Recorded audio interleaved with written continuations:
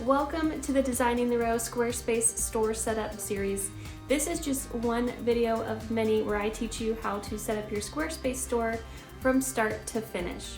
I'm Catherine Forbes, founder of Designing the Row, and I'm also a Squarespace expert, Squarespace authorized trainer, and Squarespace circle member.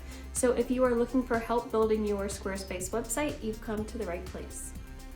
Let me show you how to customize your store URL and your product URL.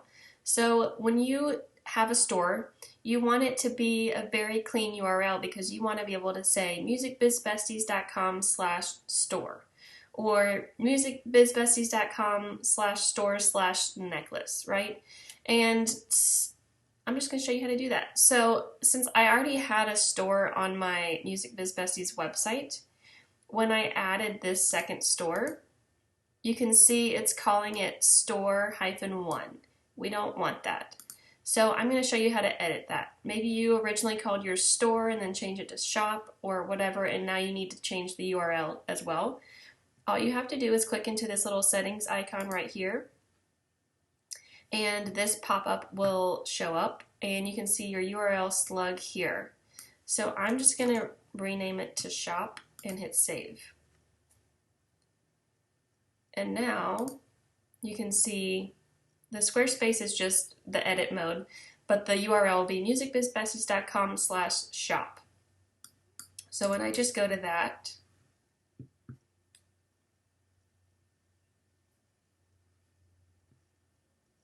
this is where we get to. Just loading slowly. There we go.